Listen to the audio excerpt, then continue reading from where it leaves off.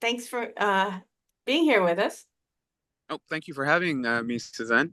I'm here representing Sci-Fi-Vision. You're recurring in two upcoming TV shows, How to Die Alone and The Chicken Sisters. Has this happened to you before that you're doing two at once like this, both coming out around the same time?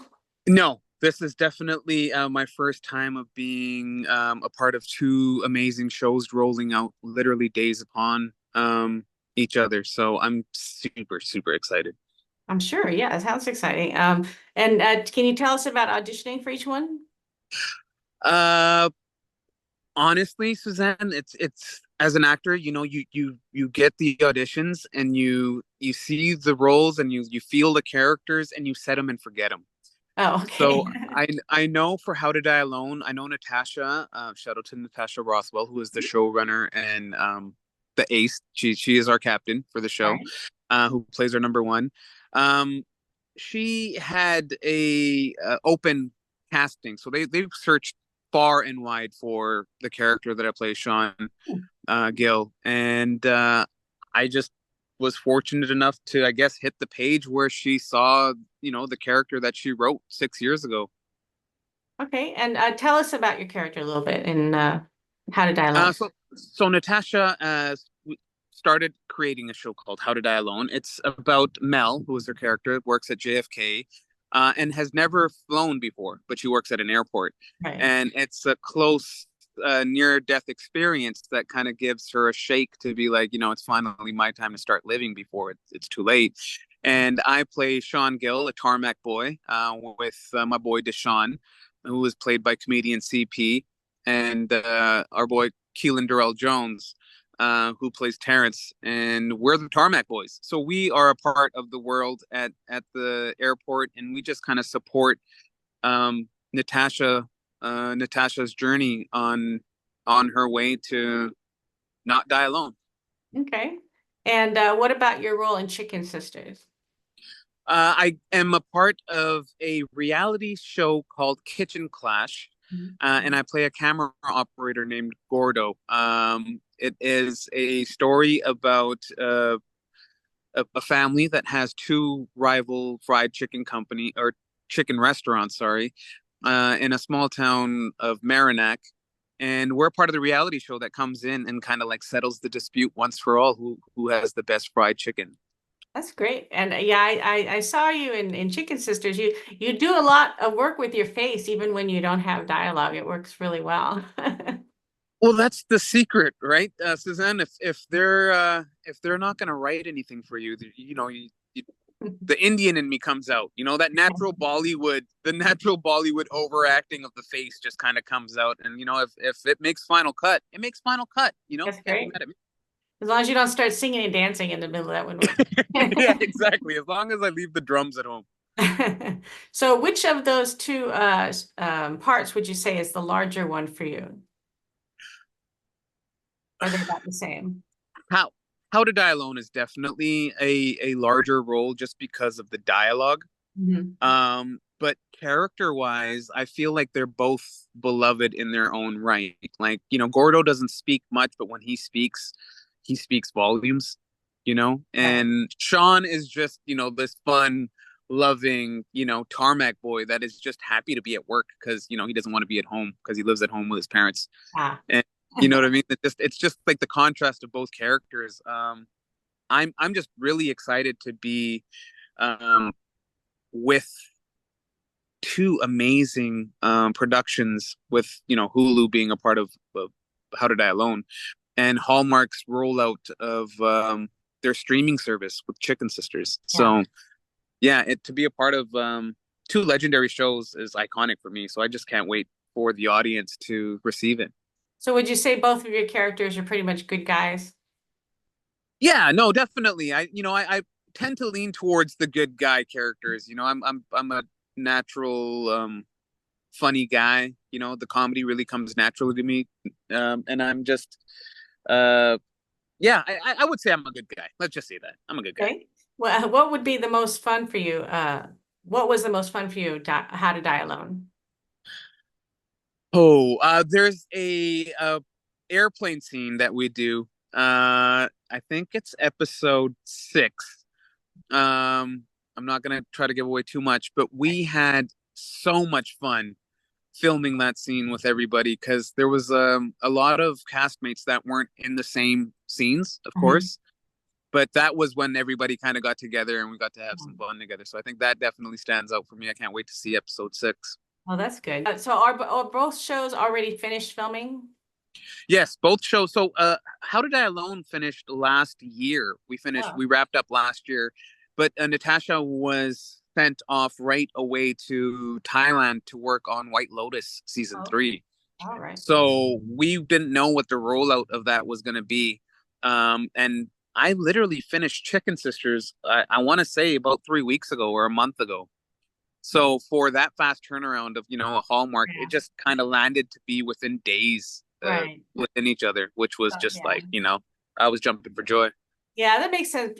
Both Hallmark and Lifetime, they churn stuff out, quality stuff, really fast. Movies, TV shows, it doesn't matter. They And got yeah, and this is my first Hallmark gig. So like I'm oh, I'm just really lucky to be a part of like something that is so different. You know what I mean? Like typically I guess I never am reading for Hallmark in Vancouver a lot.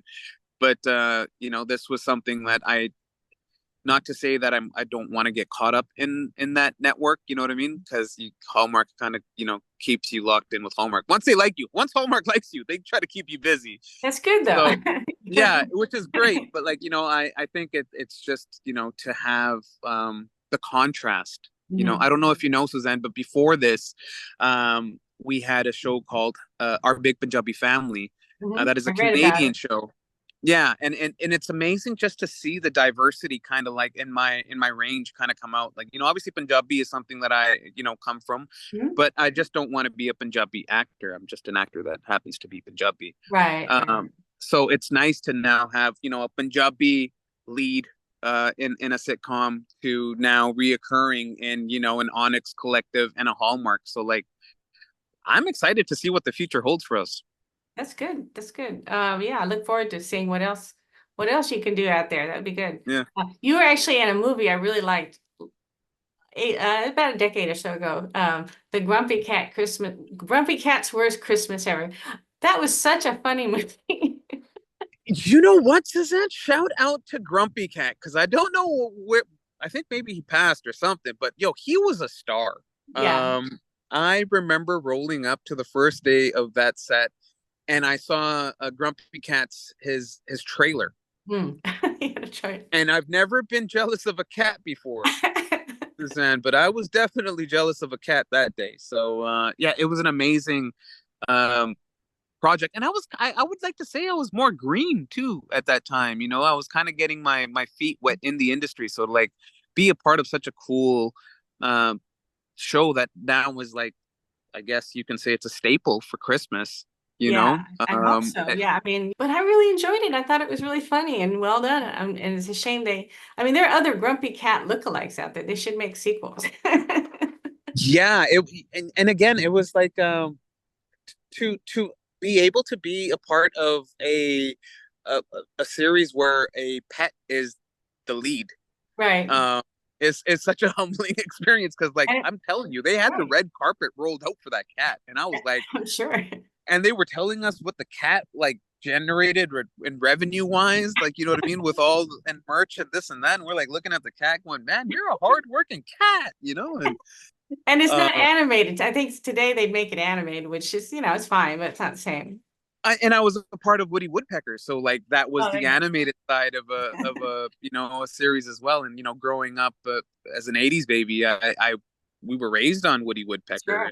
and DuckTales and Tom and Jerry and all those classics. So to be kind of on screen with a childhood hero and Woody Woodpecker, yeah, Aw. it's kind of yeah, you got to pinch yourself sometimes. So, what do you think the audiences will like best about these two shows? I think the contrast, Hmm. you know, there's so much heart and story in both, but they're so different, Right. One's really and funny and one's sort of funny, but serious as well. yeah. Natasha definitely wanted to like, show the depths of her range, and she's so talented, Suzanne. Like Yeah. her writing is impeccable, Mhm. and like I'm a kind of an actor that loves to bring 80% of the page and 20% of me to everything, but like it was so easy to just be 100% the page with Natasha. It just it hit my heart, and again, a story that's so close to her heart, you want to make sure that you hit all the buttons for her. Yeah, it sounds like it will definitely it's a story that will touch a lot of people because most of us care a lot about what people think, or we haven't done things that we think that would be a lot of fun, but I don't know, that kind of thing. So I think that has a big appeal.